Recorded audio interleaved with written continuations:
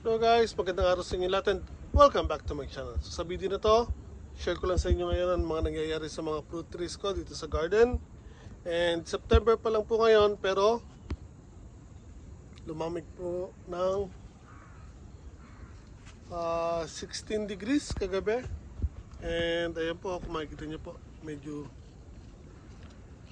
naapektuhan yung bayabas ko. So hindi naman sa point na mamamatay po siya, kaya nga lang medyo hindi nila kinaya yung lamig. Ayan o, 16 degrees pa lang po yan. So, yun yung mga bagong dahon or sanga. Sila yung naapektuhan ng lamig. Pero yung mga old leaves, hindi naman masyado. So, usually, dito sa Japan, pinapasok ko po yung mga fruit trees ko. Tulad ng bayabas, papaya, yung mga nasa paso. Ano pa ba? Yung mga bonsai ko, not necessarily kailangan ko silang ipasok, pero pinapasok ko pa rin po, lalo na yung mga bago kong bonsai. Yung mga kasaba ko, yung mga bagong pinaugatan ko, nakasaba yung kahoy nila. There. So pag hinarvest ko yan, itutusok ko yung kahoy nila sa timba or plastic container, papasok ko sa greenhouse. So next summer, buhay pa po yung kahoy pag tinusok nyo sa lupa. Pero pag hindi nyo po ginawa yon, matutuyo po yung kahoy. Hindi nyo na mapapakinabangan. So isang tip yon para makapagtabi kayo ng kahoy, ng kamoting kahoy para magamit nyo next gardening season. And yung allocation ko, ito, yung giant taro, kailangan ko na ipasok yan sa mini greenhouse kasi hindi niya po kakayanin yung lamig. Yung mga pinya ko na nasa paso, ano pa ba, bonsai, ito yung mga ibang mga herbs ko dito, kailangan ko na ipasok. Pero mostly dito yung mangga ko, dito na, hindi ko naman kasi nilabas yung mangga. Avocado, dito rin. Ano ba yung kailangan ko ipasok dito? Nakakalat kasi ngayon yung mga halaman ko. Hinati-hati ko kasi sobrang dami na. Yung olive bonsai, yung mga bayabas ko na nasa paso din ito sa harapan ng bahay, kailangan ko na ipasok. So I think that's it. Mostly yung mga nandito sa garden ko. Again, iba pa yung nandito sa harapan ng bahay. So kung pink strawberry guava ko at lemon guava, ito po yun. So hindi naman necessarily kailangan ipasok ko sila sa loob ng bahay kasi again, cold tolerant po itong bayabas na to or itong variety ng bayabas na ito, as well as itong pineapple guava ko. So again, marami po siyang bunga. Ayan po, kita nyo ba? So naglalakyan. Again, ito po cold tolerant din po, so okay siya kahit mag snow, hindi po siya mamamatay. Ito pala, yung malunggay ko, ayan yung mataas, sobrang nataas. So kailangan ko na siyang ikat and ilipat ng paso kasi kung makikita nyo maliit lang po ang paso na kinalalagay niya ngayon. So kailangan ko ilipat siya, kailangan ko na rin maipasok siya sa loob ng mini greenhouse natin. So maaga ako magpapasok ngayon ng mga halaman sa mini greenhouse kasi again September pa lang, nag 16 degrees and ayun po, hindi po nagustuhan ng bayabas ko yung nangyari sa kanila. So, yung mga papaya ko, yan yung mga nasa plastic containers. Yung isang yun, papasok po din natin. Meron din tayo doon. Meron tayo sa harapan ng bahay, nakadirekta sa lupa pero maliit po lang siya. Bubunutin ko yun, ilalagay ko sa katulad niya nalalagyan na plastic container. Papasok din natin. Itong malaki na to, pinag-iisipan ko kung bubunutin ko siya. Hindi lalagay sa malaking pasok. Kaya alam,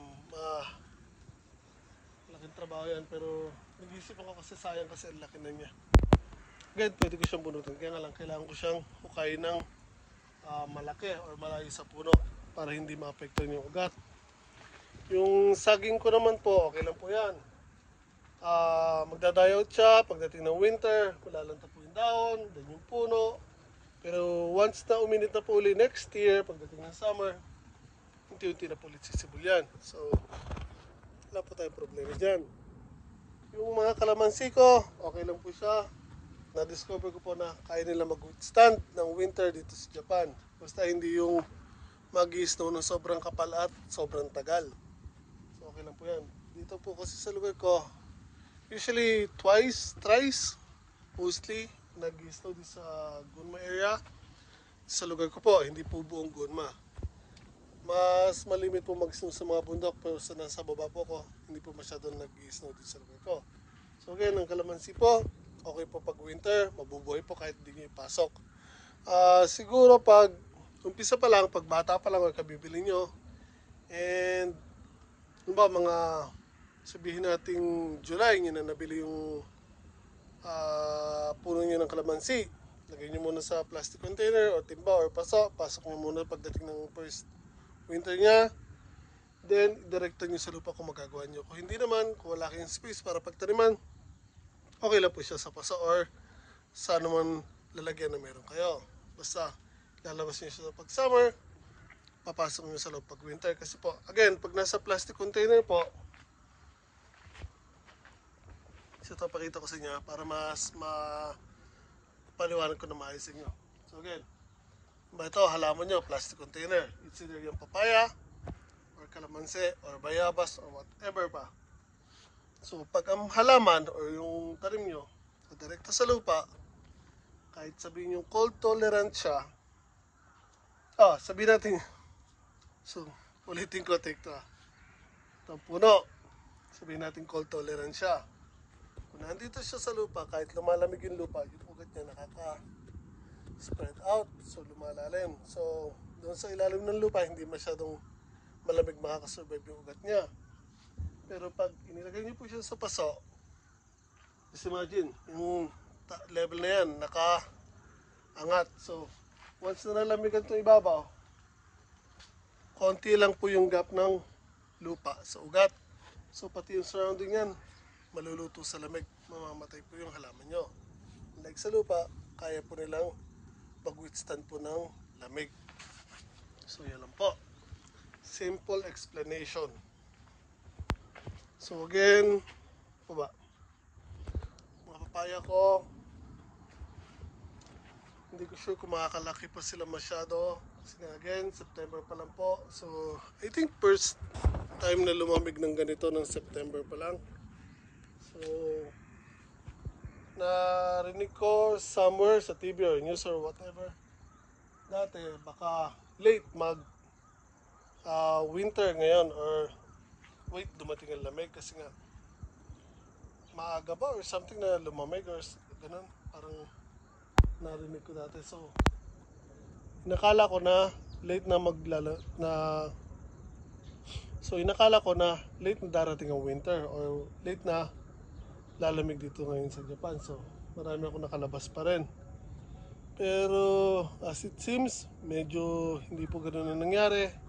September pa lang, again first time na lumamig ng ganito ng September pa lang. So naapektuhan mostly mga bayabas ko ang naapektuhan, yung mga nasa plastic container at nasa labas, pati yung lemon guava ko kanina, medyo kahit makapal yung dahon niya, medyo lanta rin yung mga bagong dahon. So yung mga gabi natin, malapit na rin natin anihin yan. Diba? Silipin nga natin kung ano nasa harapan ng bahay ko.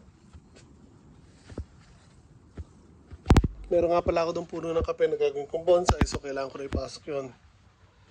So kahit bonsai yun, kape yun, hindi niya po kakayanin yung lamig. Silipin natin kung ano nandito sa gilid ng riles ko.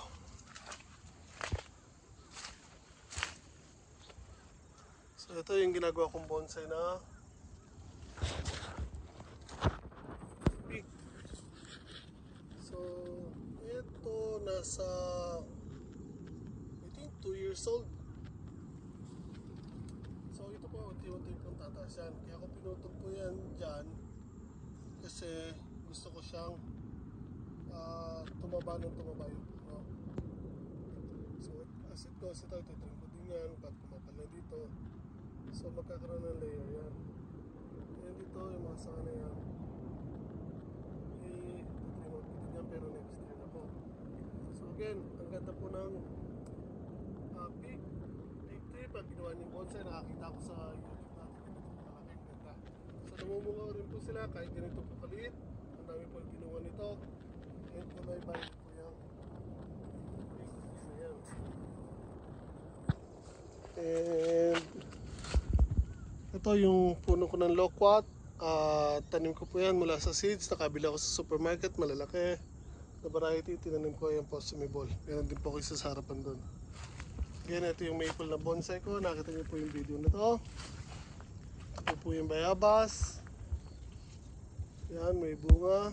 And hindi ko na kung magdadaretso pa to. Parang medyo naluto sa lamig yata. Lamig ng bunga ng bayabas, oh. Parang galing sa rep. So yan, kung makikita nyo yung mga dulong dahon, medyo lanta. Lalo na po itong isang to. And there again, sa sayote ko, ang dami po namatay. Sobrang init nung August. Uminit po na sobra. Apektuhan po yung sayote ko. So mostly, mga halaman ko dito, patay na or patapos na. Yung mga ampalaya. Ito yung mulberry ko na ginagawa ko rin bonsai. Tabi dyan kaya hindi masyadong lumalaki kasi naliliman. Ito po yung puno ko ng bay leaves. Ilang beses ko na nakat yan kasi ang bilis lumaki. So kailangan natin i-trim dahil nga again nasa gilid tayo ng riles. So wala tong birds of paradise ko. Kailangan pa rin ipasok yan. Yan po, meron na po siyang isang anak dito. At ito po, meron pa pong lumalabas na panibago. Makita po, ang laki po yan. Parang giant na ano siya, yung birds of paradise. Kailangan ko siyang ilipat na mas malaking paso para mas gumanda. So yan again, yung sayote ko. Medyo humahabol po siya. May mga naglalabasa po na panibago ulit. Hindi ko lang alam kung makakahabol pa siya na i-cover yung buong balag ko bago mag-November. Who knows? Pero I doubt it.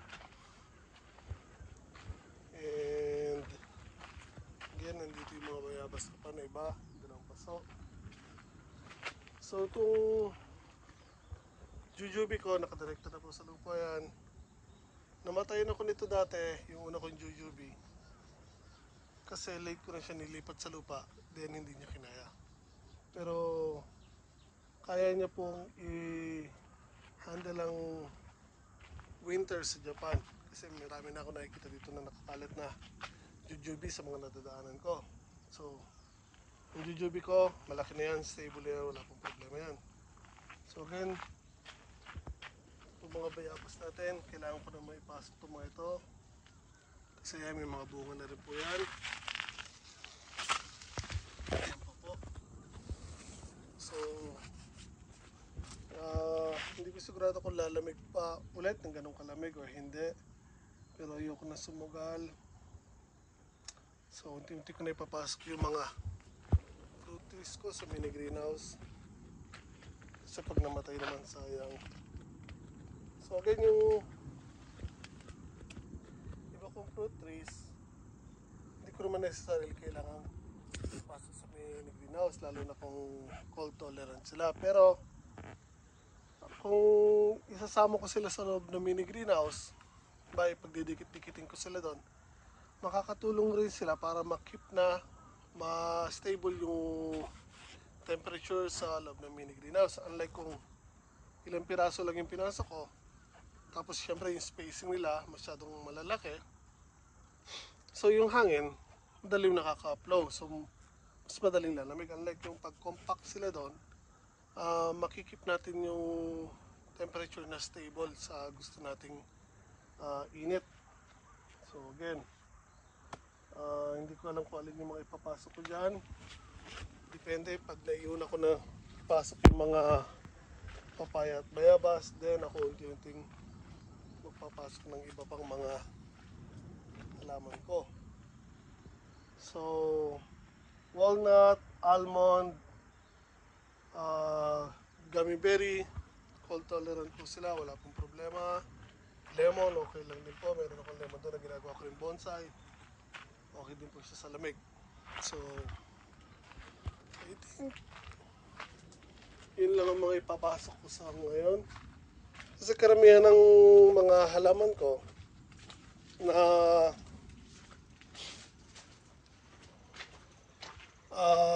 ano ba to? Na nasa paso dati, mostly pinasok ko na, mostly tinanim ko na po, dinirekta ko na sa lupa. Kasi nalaman ko na okay lang po sila, mawi-withstand nila yung lamig. So marami po sa kanila nakadirekta na sa lupa. Again, ito po yung mga huling bunga ng jujube ko. So yan, marami pa po yan. Last ones, meron pa rin po ilang piraso doon sa may tuktok. So ito again, dinirekta ko na sa lupa kasi nga kaya nila yung lamig. Yung mga kalamansi ko, finger lime, yung lemon, dating nasa paso, dinirekta ko sa lupa, binunot ko ulit, binalik ulit sa paso. Kasi gusto ko yung bonsai. Taro, kailangan pasok. Itong gummy berry, dating nasa lupa, nilagay ko na sa mga plastic container at paso. Gawin ko na lang din bonsai kasi kahit maganda siya magbunga, marami siya magbunga, bilis siyang lumaki. Hindi practical na alagaan ko sa garden ko. Sayang yung space. So binunot ko na po ulit siya at gagawin ko na lang bonsai. Yung mansanas ko pala na mini apple, dalawa, nakadirekta din sa lupa, binunot ko rin, pinaltan ko ng ibang fruit trees. So later on, pag sinipag or nakakuha ko ng magandang pwesto, baka yung pink strawberry at yung lemon guava ko idadirekta ko na rin sa lupa kasi nga, again, cold tolerant po sila, so pwede ko silang direkta sa lupa. So there, I think. So yun, ang mga sili, okay lang naman yung mga yan. Pagdating ng summer, magsasabog lang ako ng seeds. Sibol po ulit sila. So again, yan po, naging epekto po ng 16 degrees pa lang po yan. Pero, ayan po, medyo nilanta po yung bayabas ko. So update lang sa mga halaman ko dito sa garden. Again, marami akong mga halaman na namatay dahil sa init nung August. And now, September naman po, biglang lumamig ng 16 degrees. Medyo naapektuhan po ang mga bayabas ko. So, again, sana po nagustuhan nyo po ang simpleng binagi ko sa inyo. And kung magakuha nyo naman po, pakilike naman po ang video na to. Share sa mga kaibigan nyo and subscribe na rin po. Laking tulong po yung para sa akin. Ingat po tayong lahat palagi.